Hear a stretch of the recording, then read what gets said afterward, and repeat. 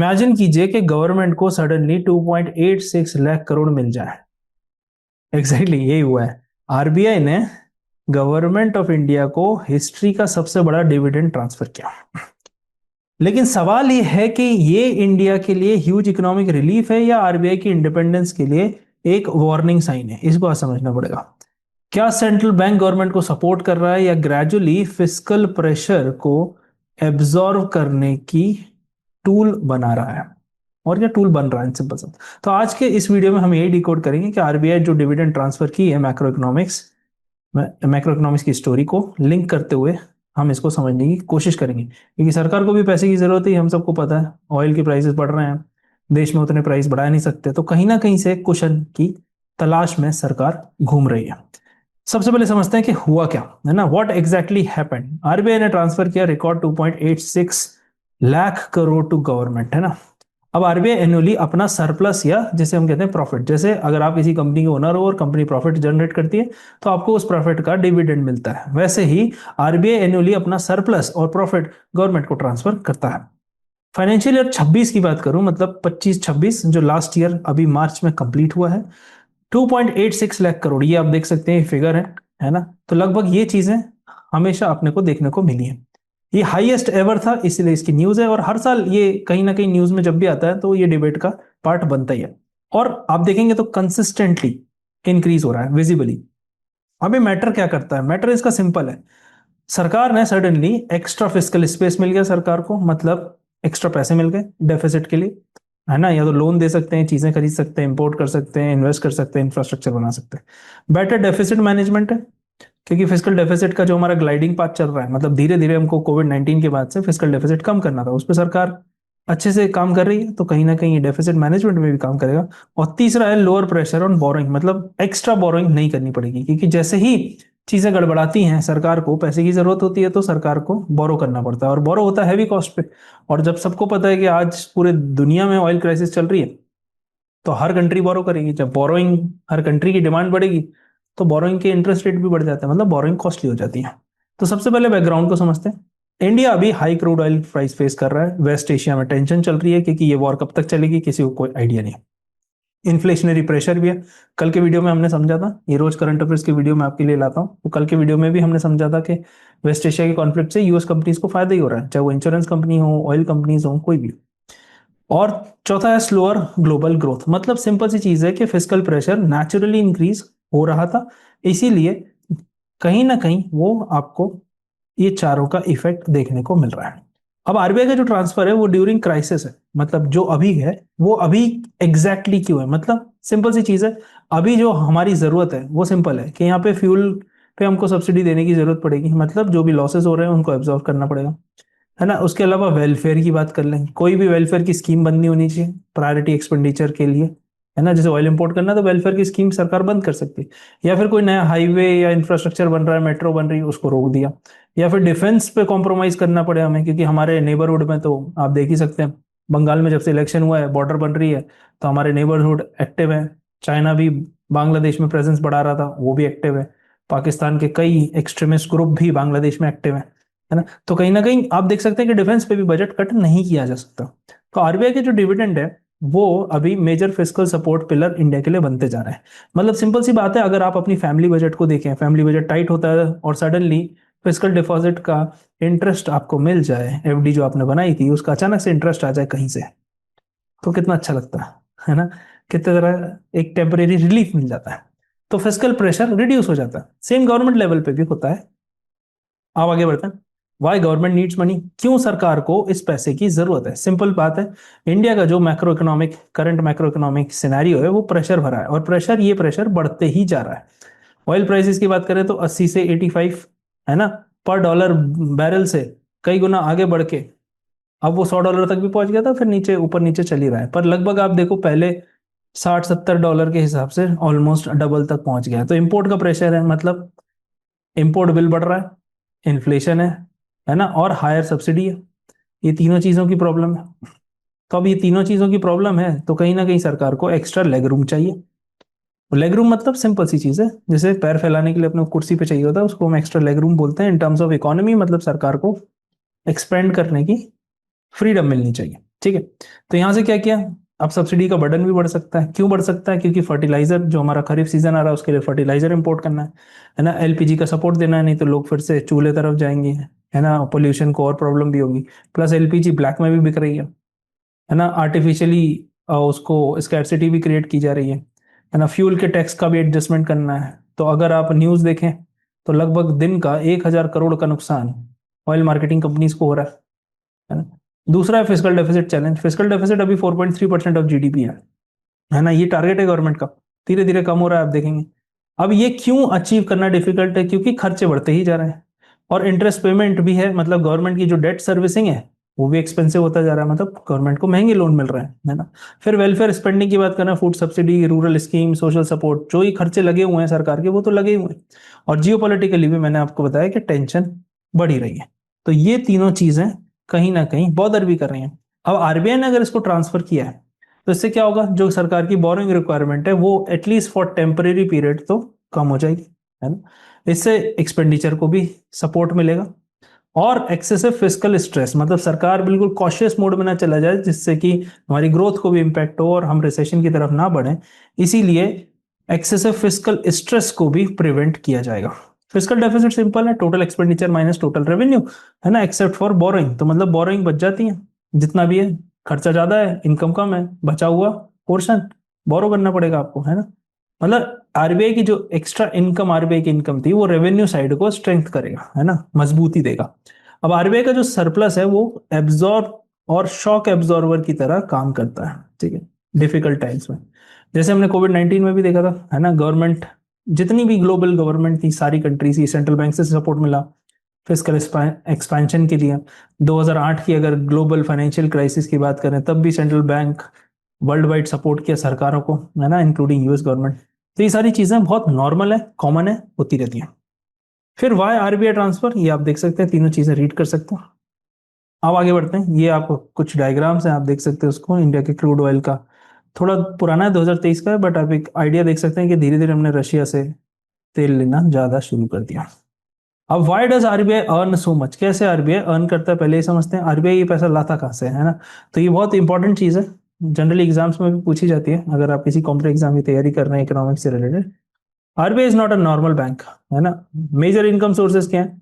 Central bank, RBI का एक role है, आरबीआई इंटरेस्ट अर्न करता है यूएस ट्रेजरी एसेट में, मतलब आरबीआई ने यूएस के ट्रेजरी बॉन्ड्स खरीदे हुए हैं, उस पर जो इंटरेस्ट मिलता है वो। फॉरेन एक्सचेंज रिजर्व्स में भी फ्लक्चुएशंस होते हैं, अप्रिसिएशन डेप्रिसिएशन, वहां से भी अर्निंग होती है ना। फॉरेक्स मार्केट इंटरवेंशन में भी जब डॉलर और की बाइंग एंड सेलिंग होती है उससे भी पैसे मिलते हैं, है ना। तो मेजर इनकम सोर्स, और गोल्ड रिजर्व जितने रखे हैं उन सब का अप्रिसिएशन होता है, वैल्यू बढ़ती है गोल्ड की। आपके लॉकर में भी गोल्ड रखा हुआ है, उसकी वैल्यू बढ़ गई, है ना। इंटरेस्ट मिल गया फॉरेन एसेट्स पे, ट्रेजरी बॉन्ड्स हो गए, गवर्नमेंट सिक्योरिटीज हो गए, है ना। तो ग्लोबल इंटरेस्ट रेट शार्पली बढ़े, अगर आप देखो 2022 के बाद से, कोविड, पोस्ट कोविड के बाद से बोल सकते हैं, तो इंटरेस्ट रेट काफी बढ़े, है ना। यूएस के इंटरेस्ट रेट भी काफी ज्यादा सिग्निफिकेंटली बढ़े हैं, तो आरबीआई की अर्निंग और ज्यादा बढ़ गई। और जब अर्निंग डॉलर में हो और खर्चे आपके रुपी में हो और रुपी डेप्रिशिएट भी हो तो अगेन अर्निंग और ज्यादा दिखती है। इंडिया के फॉरेन एक्सचेंज रिजर्व 700 बिलियन की रेंज में थे अभी, तो ये रिजर्व भी सेफ्टी बफर बन जाते हैं, है ना। ऐसे ही इनकम जनरेटिंग एसेट्स भी हैं, ठीक है। फिर इसके अलावा डॉलर बाइंग सेलिंग, जैसा मैंने आपको समझाया, तो रुपये की वॉलेटिलिटी को भी इस तरह से मैनेज किया जाता है। तो ये सारे ऑपरेशंस है ना जो जो किए जाते हैं उससे प्रॉफिट जनरेट होता है। गोल्ड रिजर्व मैं आपको ऑलरेडी समझा चुका हूं, है ना। तो अब आरबीआई इन सब में इंटरवीन क्यों करता है? क्योंकि रुपये और टू डॉलर स्टेबल रहे, और स्टेबिलिटी इन्वेस्टमेंट के लिए और इंपोर्ट एक्सपोर्ट सबके लिए इंपॉर्टेंट है। मतलब फॉरेक्स रिजर्व जो है ना वो आइडल मनी नहीं है, रखा हुआ पैसा नहीं रहता। रिजर्व मतलब ऐसा नहीं कि हमने डॉलर पकड़ा 700 बिलियन का और रख दिया, ऐसा नहीं होता, है ना। वो इकोनॉमी को प्रोटेक्ट करते हैं और रिटर्न भी जनरेट करते रहते हैं। जैसे 1991 की बात करूं, 1991 में क्राइसिस आई थी, इंडिया के डेंजरसली लो फॉरेन एक्सचेंज रिजर्व्स हो गए थे, तो उससे क्या हो गया, कॉन्फिडेंस चला गया था, स्टेबिलिटी चली गई थी इकोनॉमी की, है ना, अर्निंग्स कम हो गई थी। पर आज की तारीख में ये तीनों चीजें स्ट्रांग चल रही है, कॉन्फिडेंस है इकोनॉमी पे, स्टेबल है हमारी इकोनॉमी, और अर्निंग्स भी आ रही है, मतलब इन्वेस्टर्स भी आ रहे हैं। तो कहीं ना कहीं आप समझो कि आप इमरजेंसी सेविंग को बैंक एफडी या बॉन्ड्स में इन्वेस्ट करते हो ना, आप सीधा सेविंग्स में तो रख के नहीं रखते, मतलब सेफ्टी प्लस इंटरेस्ट इनकम दोनों मिल जाते हैं। तो भाई पैसा मेरा सेफ है, जिस दिन मैं एफडी तोड़ूंगा मुझे मिल जाए। तो सेम आरबीआई के साथ भी ऐसा होता है। अब सबसे बड़ी डिबेट क्या है यहाँ, कि is RBI becoming too generous, मतलब इतना सॉफ्ट, इतना आसानी से हम पैसा दे रहे हैं। सबसे पहली चीज है, क्रिटिक्स ने जो जो कंसर्न रेज किया है ना, if government excessively depends on RBI too much, तो ये आरबीआई के लिए तीन चीजें की प्रॉब्लम है। मतलब आरबीआई की इंडिपेंडेंस वीक हो सकती है ना, मॉनेटरी क्रेडिबिलिटी भी सफर हो सकती है, और फाइनेंशियल मार्केट्स हैं वो भी सोच सकते हैं कि आरबीआई जितना ही प्रॉफिट बनाया वो सरकार को दे दे रहा है, मतलब सरकार अपने फिस्कल डेफिसिट को लेके थोड़ा लीनियंट हो सकती है, लथार्जिक हो सकती है। अब इसमें सबसे बड़ा क्या है, क्योंकि सेंट्रल बैंक का दो मेजर रोल होता है, controlling inflation and managing growth rate. मतलब ऐसी चीज ना करें जिससे ग्रोथ हर्ट हो, पर ग्रोथ इतनी ज्यादा ना बढ़े कि इन्फ्लेशन आउट ऑफ कंट्रोल हो जाए। तो कहीं ना कहीं इन्फ्लेशन हमारी प्रायोरिटी रहती है और उसके बाद ग्रोथ आता है, ठीक है। तो आरबीआई की जो इंडिपेंडेंस है वो इंपॉर्टेंट इसीलिए है क्योंकि ताकि वो फोकस कर सके इन्फ्लेशन पे, फाइनेंशियल स्टेबिलिटी पे, लॉन्ग टर्म ग्रोथ पे, नॉट पॉलिटिकल प्रेशर पे। तो ये एक चीज है, ये एक की कंसर्न है ना। अब बात करते हैं सिंपल सी चीज, सीआरबी की, कंटिजेंसी रिस्क बफर, ये क्या होता है, ये की कंसर्न है। अब ये बफर कम हो गया, 7.5 से 6.5 हो गया। अब इसका क्या मतलब है, सीआरबी क्या होता है, आसान भाषा में समझते हैं। Emergency reserve cushion maintained by RBI, this is simple definition. मतलब इमरजेंसी का एक कुशन है, कंटिजेंसी वर्ड का मतलब भी वही। तो फ्यूचर शॉक्स के लिए ये एक प्रोटेक्शन है। अब इकोनॉमिस्ट क्यों चिंता में है ना, क्यों इकोनॉमिस्ट वरीड अबाउट कि भाई आरबीआई ऐसा क्यों कर रही है, क्योंकि इससे क्या होगा, RBI can take more trading risk, है ना, रिड्यूस बफर फर्दर, ताकि ऐसा ना हो कि बफर्स और रिड्यूस हो जाए, ठीक है। और प्रायोरिटाइज प्रॉफिट ओवर प्रूडेंस, मतलब किफायती रहना आरबीआई का काम है, और ऐसा ना हो कि आरबीआई प्रॉफिट तरफ ढूंढने लगे क्योंकि सरकार से प्रेशर है कि इतने पैसे हमें हर साल चाहिए। तो इस टाइप से चीजें नहीं होनी चाहिए। अब ये बफर इंपॉर्टेंट क्यों है, क्योंकि मैंने आपको बताया ये स्टेबिलिटी प्रोवाइड करते हैं और फाइनेंशियल स्ट्रेंथ है। हिस्टोरिकली बात करूं तो मैं अर्जेंटीना का एग्जांपल लेता हूं यहाँ पे, है ना, ये मैंने क्लास में भी कई बार बताया। अर्जेंटीना मतलब एक वीक सेंट्रल बैंक इंडिपेंडेंस है मान लो, तो वो करेंसी अनस्टेबल हो जाएगी और इन्फ्लेशन क्राइसिस आएगी। आप लैटिन अमेरिकन कंट्रीज में देखोगे तो ये प्रॉब्लम डिकेट्स तक सारी कंट्री में चली। सेम अगर मैं टर्की की बात करूं, है ना, यहाँ लिखता हूँ, टर्की की बात करूं तो टर्की ने भी पॉलिटिकल इंटरफेरेंस इतने ज्यादा हुए सेंट्रल बैंक में कि सीवियर करेंसी डेप्रिसिएशन हुआ और इन्फ्लेशन सर्ज हो गया। तो central bank should not become like simple financing machine for central government, है ना। जैसे इमरजेंसी सेविंग कंटिन्यूसली स्पेंड करते रहोगे तो इमरजेंसी की सेविंग भी डिप्लीट हो जाएगी ना, तो फ्यूचर क्राइसिस में वल्नरेबिलिटी इंक्रीज होगी। पर आज अपन देखते हैं कि इंडिया का जो सेंट्रल बैंक है वो ट्रस्टेड है, इंडिपेंडेंट है, फाइनेंशियल स्ट्रांग है, और ये एक सेंट्रल बैंक को होना भी चाहिए। अब what should India do going forward, आगे बढ़ने पे इंडिया को क्या करना है, ठीक है, फटाफट इसको समझने की कोशिश करते हैं। इंडिया नीड्स बोथ, मतलब गवर्नमेंट के फाइनेंस भी स्ट्रांग होने चाहिए और आरबीआई की क्रेडिबिलिटी, मतलब हर चीज का एक बैलेंस है। जैसे आप दिन भर पढ़ाई करोगे तो परेशान हो जाओगे, है ना, ओवर एग्जॉशन हो जाएगा। पर वहीं अगर दिन भर में से 1 घंटा भी नहीं पढ़ोगे तो आप करियर आपका सफर करेगा। तो मतलब हमको चीज चाहिए बैलेंस, सरकार को भी सपोर्ट मिले और आरबीआई की क्रेडिबिलिटी पे भी सवाल ना उठे। जैसे कि फॉर एग्जांपल फिस्कल डिसिप्लिन, मतलब अननेसेसरी एक्सपेंडिचर के लिए पैसा ना दे, है ना। ऐसा ना होगा आपने किसी को पैसा दिया वो खा गया, वो अपने प्रोडक्टिव यूज के लिए अगर यूज कर रहा है तो अच्छी बात। ग्रोथ ओरिएंटेड रिफॉर्म, मतलब प्रोडक्टिविटी और इन्वेस्टमेंट, ये दो चीजों पे हमको ध्यान देना। फिर तीसरा एनर्जी सिक्योरिटी, मतलब अभी ऑयल की इंपोर्ट वल्नरेबिलिटी को हमको रिड्यूस करना है। अगर ये पैसा हम सही जगह यूज करेंगे, अगर ये पैसा हमने ऑयल इंपोर्ट करने में यूज कर दिया तो खत्म हो जाएगा, उसकी तो कोई लिमिट नहीं है। मतलब आपके खर्चे ज्यादा और इनकम कम एक इनफाइनाइट टाइम तक नहीं चल सकते, मेरा ही कहना है। मैन्युफैक्चरिंग एक्सपेंशन, मतलब अभी जो पैसा अगर आप ऐसी जगह खर्च करो जिससे हमारे देश में और ज्यादा डॉलर आए तो ये काम आएगा, मतलब एक्सपोर्ट बढ़ाने में, डोमेस्टिक प्रोडक्शन को बढ़ाने में। फिर बेटर टैक्स बायंसी है ना, मतलब ग्रोथ के साथ साथ टैक्स रेवेन्यू नेचुरली बढ़े, ऐसा ना बढ़े कि सिर्फ टैक्स रेट बढ़ाने से बढ़े। जैसे सरकार ने 18% जीएसटी लगाया, ठीक है, अब हर सर्विस बेस्ड बिजनेस पे तो सरकार फोकस करे कि मैं 18% से इसको आगे ना बढ़ाऊं, पर मैं सर्विस बेस्ड बिजनेस का ऐसा माहौल बनाऊं कि सर्विस बेस्ड बिजनेस बढ़े, और जितना ट्रांजेक्शन आपस में बढ़ेगा सरकार को 18% जीएसटी मिलेगा, है ना। तो higher growth with higher tax revenue and that too naturally, ये होता है टैक्स बायंसी। अब इसमें सिर्फ ऐसा ना करे सरकार के, इंतजार करिए कि आरबीआई पैसे देगा जब इसके बाद ये सारी चीजें करेंगे, है ना। तो यहां पर आगे चीजें समझते हैं। और लॉन्ग टर्म ग्रोथ की बात करूं और स्ट्रेटेजिक लेसन्स क्या है हमारे लिए, सबसे पहले प्रोडक्टिव इकोनॉमी पे फोकस करना, है ना। It's not just balance sheet पे डिपेंडेंसी होगी, है ना। अब इंडिया का जो पॉजिटिव साइड है, इंडिया के पास अभी भी स्ट्रॉन्ग फॉरेन फॉरेक्स रिजर्व्स हैं, जो कि 2013 के टेपर टेंट्रम और 2008 की सब प्राइम क्राइसिस और 1991 की इकोनॉमिक क्राइसिस से सबसे अच्छी कंडीशन है। स्टेबल बैंकिंग सिस्टम काफी अच्छा है, रिजर्व्स है, बफर है, सब कुछ है। बेटर इन्फ्लेशन मैनेजमेंट है, अभी भी हम वो 2 से 6% की रेंज में है, जो मॉनेटरी पॉलिसी कमेटी का टारगेट रहता है ना। और लॉन्ग टर्म ग्रोथ का हमारा पोटेंशियल भी है, हमारे पास जो 140 करोड़ भारतीय है ना, उससे दुनिया अट्रैक्ट होती है, तो हमारे पास ग्रोथ पोटेंशियल भी है।